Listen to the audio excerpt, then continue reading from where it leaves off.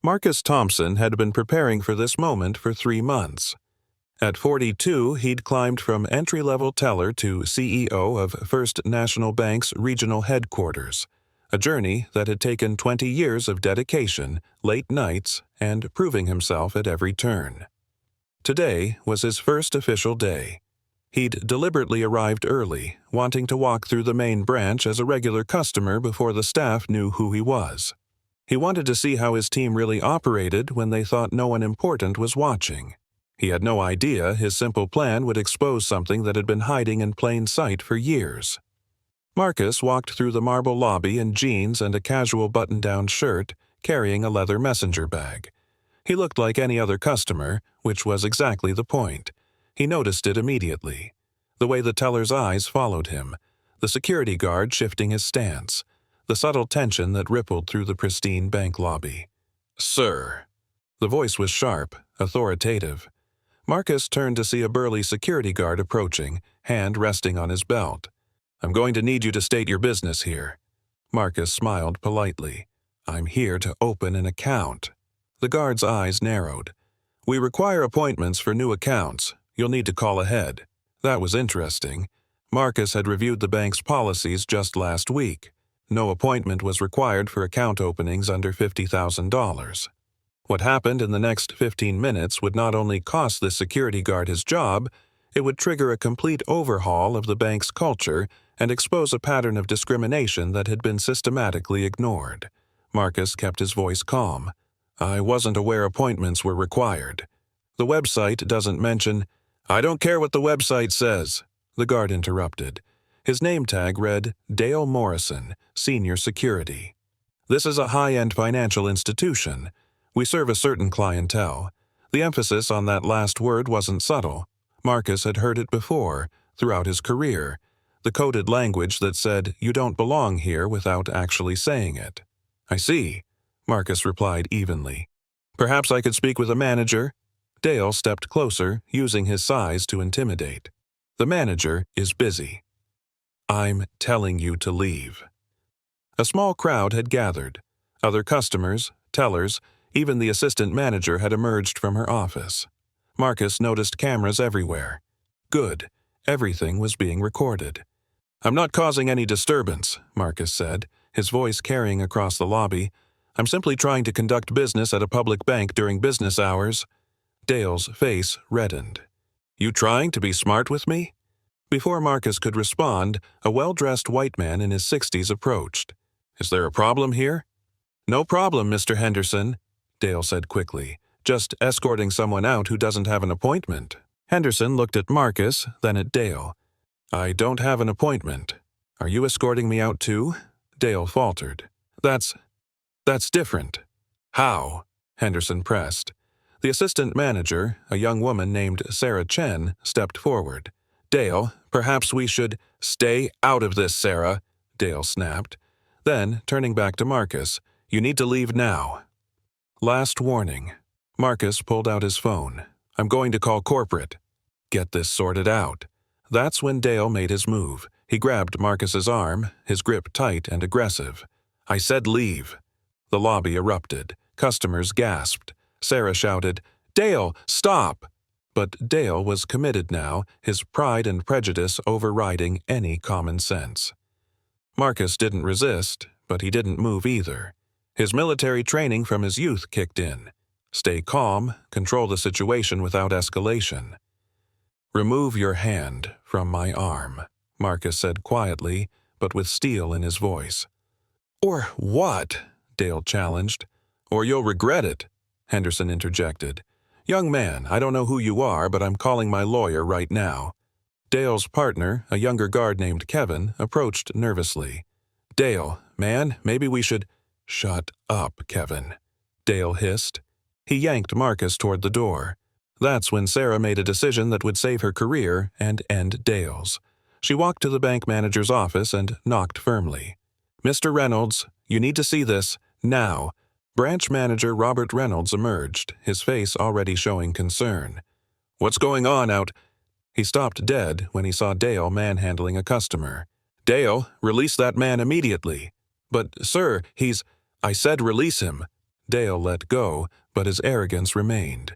"Mr. Reynolds, this guy was causing trouble, refusing to leave when I told him we need appointments for—" "We don't require appointments for standard account openings," Reynolds said sharply.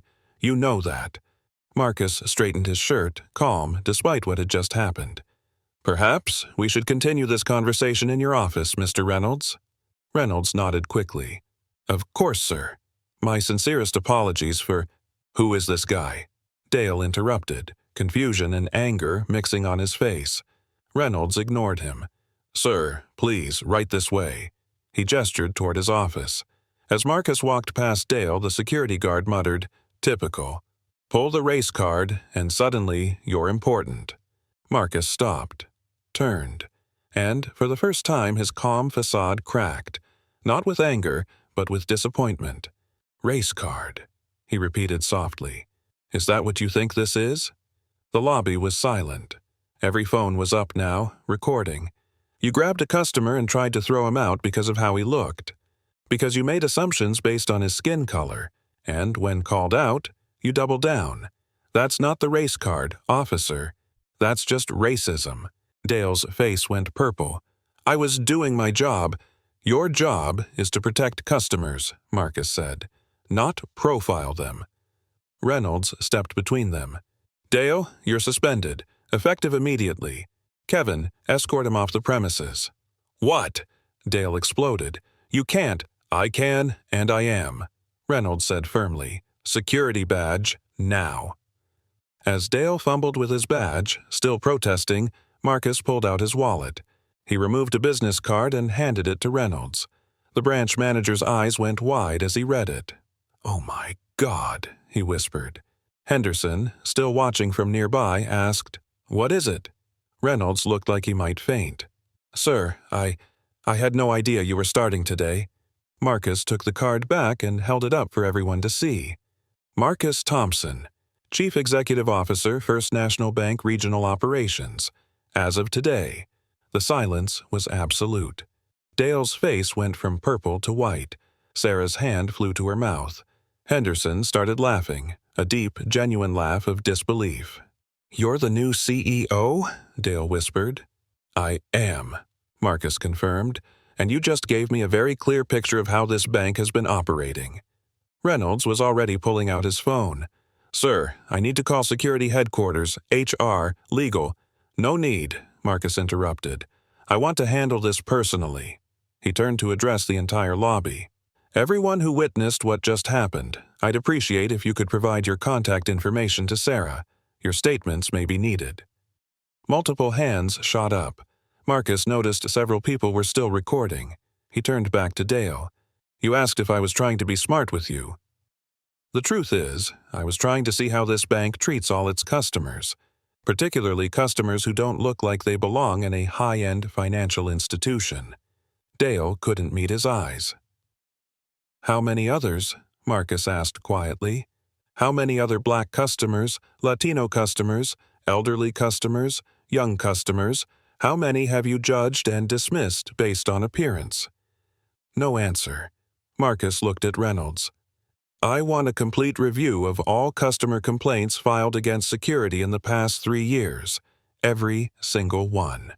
"Yes, sir." "Absolutely." "And Dale," Marcus continued, "you're not just suspended. Consider this your termination, effective immediately." But then Henderson spoke up. "Excuse me, Mr. Thompson, but before you go further, there's something you should know." Marcus turned to the older man. "Yes?" "I'm William Henderson. I've been a customer here for 40 years, board member of the Regional Advisory Council." He paused. "And I've filed 3 complaints about Dale in the past year." The lobby erupted in murmurs. Reynolds looked shocked. You filed complaints?" "I did," Henderson confirmed. "Each time I saw him treating customers differently based on how they looked. Each time I was told it was being handled internally." He looked at Marcus. Clearly it wasn't. Sarah stepped forward nervously. I also filed a complaint. 6 months ago. A young Black woman came in to deposit her paycheck. Dale followed her around like she was going to rob us. Made her so uncomfortable she left without completing her transaction. "I remember that," a teller spoke up. "I tried to help her, but Dale scared her off." More voices joined in. Stories of customers turned away, families made to feel unwelcome, young people treated as criminals for simply being young. Marcus listened to every word, his expression growing graver with each testimony. Finally, he held up his hand. "Thank you." "All of you." He turned to Reynolds. "Mr. Reynolds, how were these complaints handled?" Reynolds looked pale. They went to the regional security director." "Who is?" "Dale's uncle." "Charles Morrison." The lobby gasped. Marcus closed his eyes briefly. Nepotism and corruption, hiding discrimination behind family loyalty. "Get me Charles Morrison on the phone," Marcus said quietly. "Now." 5 minutes later, Charles Morrison walked into the branch, his demeanor that of a man who expected to sweep this under the rug like he had dozens of times before. He was Dale's uncle, yes, but he was also a 25-year veteran of the bank, confident in his position. That confidence evaporated when he saw Marcus. "Mr. Thompson," Charles said, recovering quickly, "I apologize for my nephew's behavior. He's young, overzealous sometimes." "He's 35 years old," Marcus interrupted, "old enough to know better. And this isn't about one incident, Mr. Morrison. It's about a pattern you've been covering up." Charles's jaw tightened.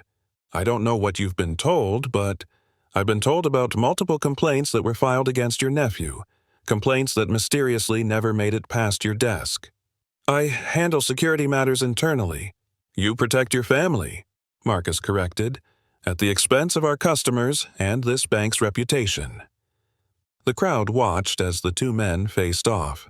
Charles was older, more experienced, used to getting his way, but Marcus had something Charles didn't: actual authority. "You're relieved of your duties," Marcus said simply. "Both you and Dale. HR will be in touch about severance." Charles's face reddened. "You can't fire me. I have a contract, which includes a clause about ethical conduct and proper handling of complaints. You violated both." Marcus pulled out his phone, showing a document. "I've been reviewing personnel files all week. Did you know I have access to every complaint ever filed, including the ones you deleted from the system?" Charles went pale. "IT recovery is a wonderful thing," Marcus continued. 14 complaints in 3 years, all involving Dale, all buried by you. This is a witch hunt," Charles sputtered. "You came in here looking for a reason to fire people." "No," Marcus said firmly. "I came in here as a customer."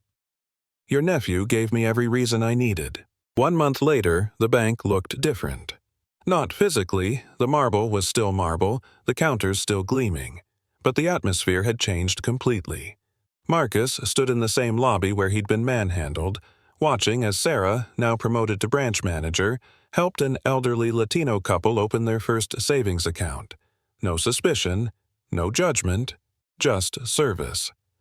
Reynolds, demoted but not fired, approached him. "Sir, the diversity training is complete.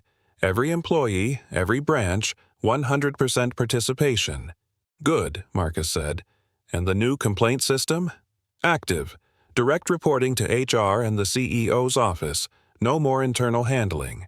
Marcus nodded. The changes had been swift but necessary. New security protocols, blind complaint reviews, community advisory boards, and, most importantly, a message sent clearly: discrimination would not be tolerated. Henderson walked in, smiling when he saw Marcus. "Checking up on your investment?" "Always," Marcus replied. "How's the advisory board working out?" "Better than expected. Having actual community voices at the table changes everything." They watched as Kevin, Dale's former partner, helped a young black man in a hoodie with a complex wire transfer. No judgment, no assumptions, just professional service. "You know," Henderson said quietly, "a lesser man would have sued us into oblivion." Marcus shook his head. "Money doesn't fix culture. Action does." 6 months after that first day, Marcus stood before a national banking conference sharing the story. Not to shame his bank, but to challenge the industry. "I didn't need to go undercover," he told the audience of hundreds, "but I'm glad I did, because it revealed a truth we all need to face. Discrimination isn't always loud. Sometimes it's quiet, professional, hidden behind policies and procedures." He paused, letting that sink in. "The security guard who grabbed me wasn't a bad person. He was a product of a system that taught him some people matter more than others, that some customers deserve respect and others deserve suspicion. The real failure was the system that protected him, that ignored complaints, that valued nepotism over justice. Change didn't come from firing 2 people. It came from dismantling the structures that allowed discrimination to flourish." The audience was silent, absorbing his words. Every person in this room has the power to create that change in their institutions. The question is, will you? And the story of Marcus Thompson spread far beyond one bank. It became a case study in how to address systemic discrimination, how to transform culture, and how leadership means more than just holding a title. It means using your power to protect those who have none. Dale Morrison never worked in security again, but he did eventually reach out to Marcus, not to apologize for that day, but to thank him. The shame and consequences had forced him to confront his own biases, to seek therapy, to become someone different. Charles Morrison retired quietly, his reputation tarnished but his family relationships slowly healing. And Marcus? He continued to lead with the same principle that guided him that first day. Everyone deserves respect, and it's the job of those in power to ensure that respect is protected. If this story moved you, remember, change doesn't require a CEO title. It requires the courage to speak up when you see injustice, to file that complaint, to record that incident, to refuse to let discrimination be normalized. Share this story with someone who needs to remember that standing up for what's right is never the wrong choice. Subscribe to Real Justice Stories for more tales of courage, dignity, and transformation. Because real justice isn't just about who wins or loses, it's about creating a world where everyone can walk through any door without being judged before they speak. Thank you for watching. Remember, your voice matters. Use it.